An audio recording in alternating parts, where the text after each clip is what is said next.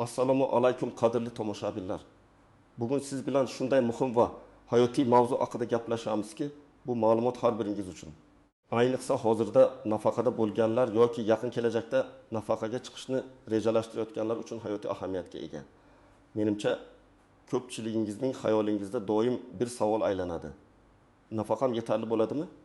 Uni qanday oshirish mumkin? Aynan mana shu muammoli nuqtaga bugun nuqta qo'yamiz.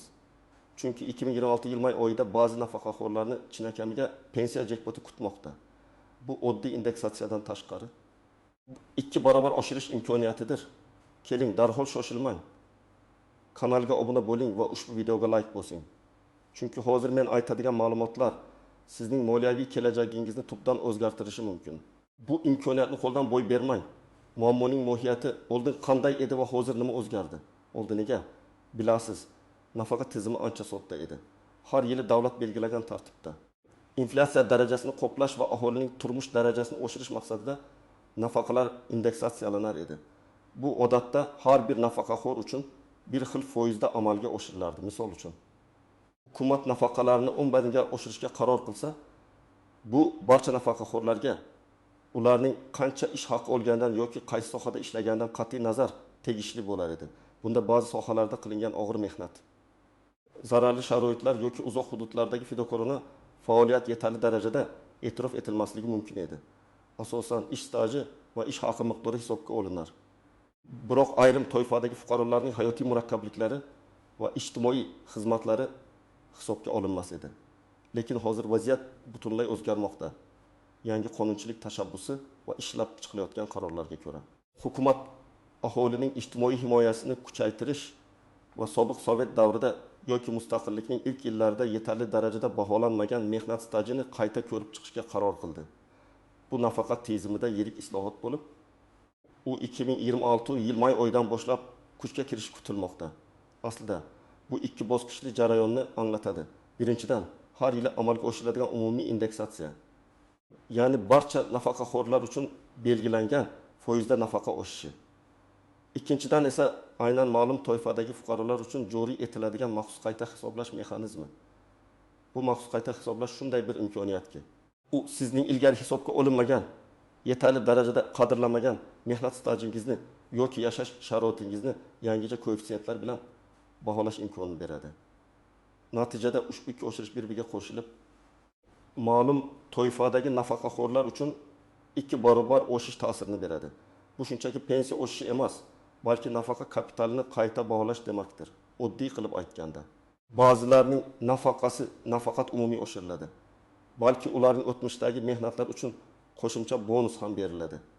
Birinchi qism, kim uchun bu jekpot va kimlar xavotir olmasligi kerak?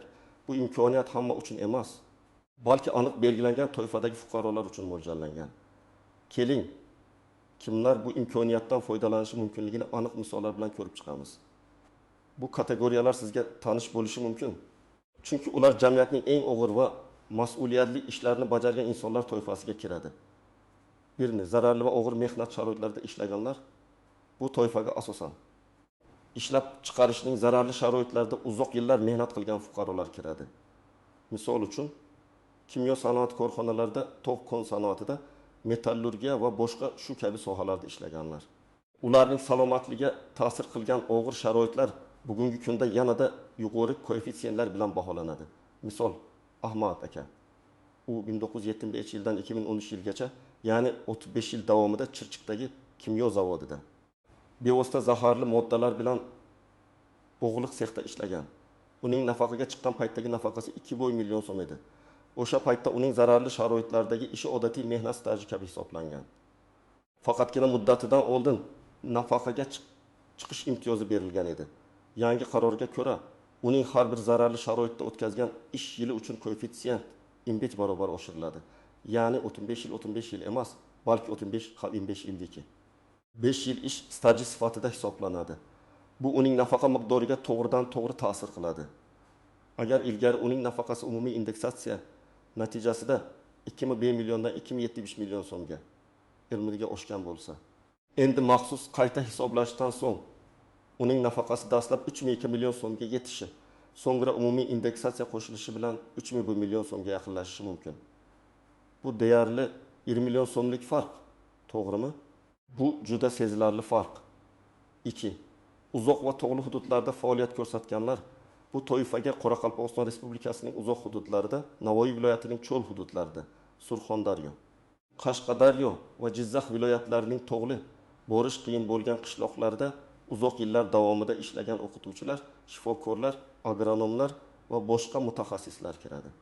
Bu hududlardagi yashash va ishlash sharoitlari ko'pincha markaziy hududlarga nisbatan og'irroq bo'lgan. Misol Merinigor opa. U 1905 yildan 2005 yilgacha 2 yil davomida Qashqadaryo viloyatining Kitob tumanidagi Tog'li qishloq maktabida boshlang'ich sinf o'qituvchisi bo'lib ishlagan. Uning hozirgi nafaqasi 1,8 million so'm.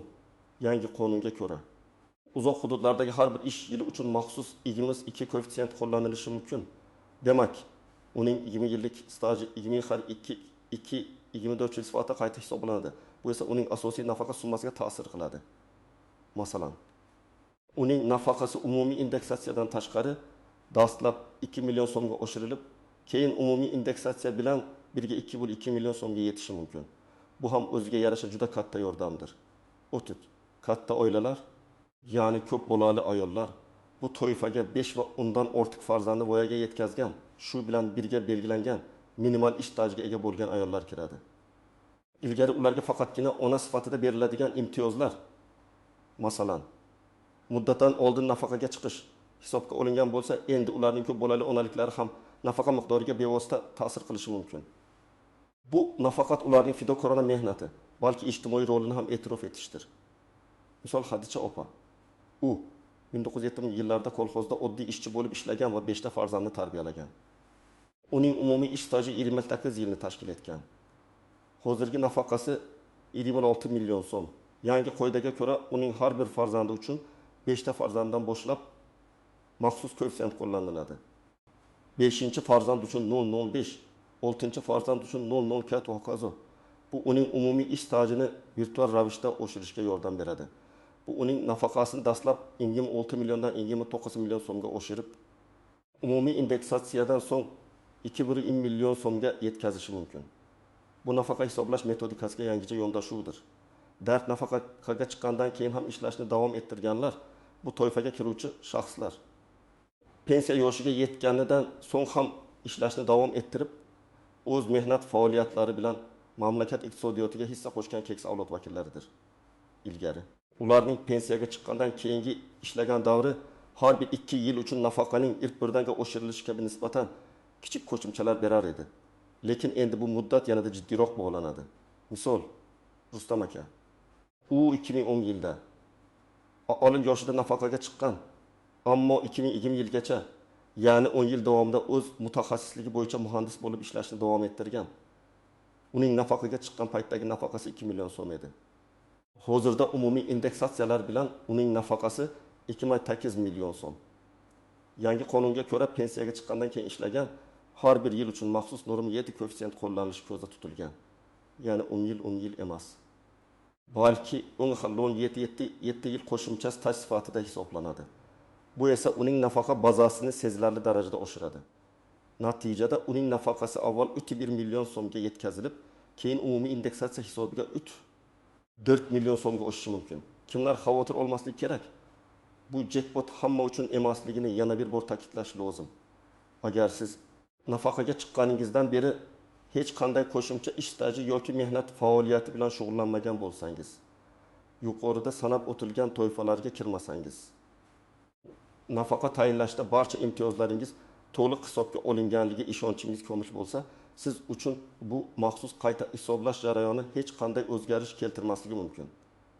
Shunday bo'lsa-da, barcha ma'lumotlarni diqqat bilan o'rganish va o'zingizni tekshirib ko'rish ortiqchalik qilmaydi.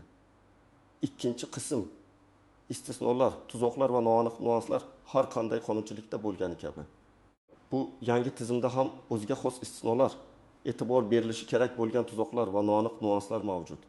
Ularni bilmaslik sizni bu imkoniyatdan mahrum qilishi mumkin. 1. Ilgari olingan maxsus imtiyozlar. Agar siz ilgari ham zararli sharoitlardagi ishingiz yoki ko'p bolali onaligingiz uchun qandaydir maxsus imtiyozlar, masalan, yuqoriroq pensiya koeffitsientlari yoki muddatidan oldin nafaqaga chiqish imkoniyati olgan bo'lsangiz, Bu yangi qayta hisoblashda sizga beriladigan qo'shimcha imtiyozlar miqdori cheklanishi mumkin.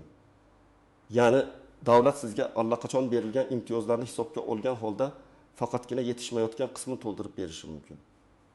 Misol uchun, agar sizning zararli stajingiz avval ham 23 koeffitsient bilan hisoblangan bo'lsa, yangi 5 koeffitsiyentdan sizga faqatgina lo'li qo'shimcha beriladi.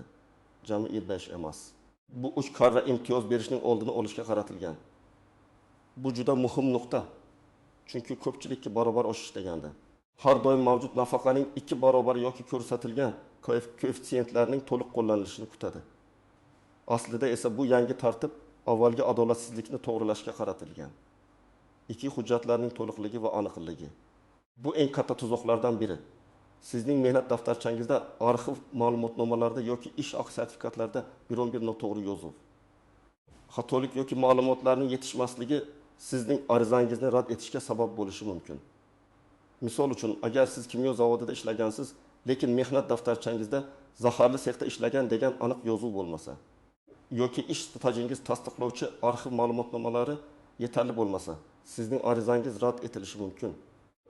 Bu holatda siz qo'shimcha arxivdan ma'lumotnomalar olishingiz yoki sudga murojaat qilishingizga to'g'ri kelishi mumkin. Bu jarayon vaqt talab qiladi va ko'p nafaqaxo'rlar uchun qiyinchilik tug'dirishi mumkin. Shuning uchun barcha hujjatlaringizni oldindan tartibga solish va ularning to'g'riligini tekshirish juda muhim. 3. Nodavlat tashkilotlardagi ish staji O'zbekistonda 1990 yildan keyin paydo bo'lgan xususiy korxonalarda, chet el firmalarida yoki yakka tartibdagi tadbirkorlik faoliyatida ishlagan davrlar uchun stajni tasdiqlashda qiyinchiliklar tug'ilishi mumkin. Agar bu davrlar uchun pensiya jamg'armasiga ijtimoiy ajratmalar to'langanligi haqida isbotlar bo'lmasa, bu staj qabul qilinmasligi ehtimoli bor. Ko'pincha kichik korxonalar ba'zida to'lovlarni rasmiylashtirishda xatoliklarga yo'l qo'yganlar yoki umuman to'lamaganlar. Bu holatda nafaqaxo'r o'z stajini tasdiqlash uchun ko'proq hujjatlar taqdim etishi yoki hatto sud orqali huquqini himoya qilishi lozim bo'ladi. Bu esa qo'shimcha vaqt va resurslarni talab qiladi. 4. To'liq bo'lmagan ish vaqti. Ba'zi nafaqaxo'rlar, masalan, bolali ayollar yoki nogironligi bor shaxslar to'liq bo'lmagan ish vaqtida ishlaganlar. Yangi qoidalar qanday koeffitsiyentlar qo'llanishini aniq belgilash kerak. Agar siz haftasiga 20 soat ishlagan bo'lsangiz, bu to'liq ish haftasi hisoblangan kabi bo'ladimi yoki foizda hisoblanadimi? Bu kabi noaniqliklar kelib chiqishi mumkin. Odatda bu masalalar har bir holatda individual ko'rib chiqiladi. Lekin bu qiyinchiliklarni keltirib chiqarishi mumkin. Harbiy xizmat va bolani parvarishlash davri. Harbiy xizmat davri yoki bolani parvarishlash ta'tilida bo'lgan davrlar qanday koeffitsiyentlar bilan hisoblanishi ham muhim nuanslardan biridir. Odatda bu davrlar mehnat stajiga qo'shiladi.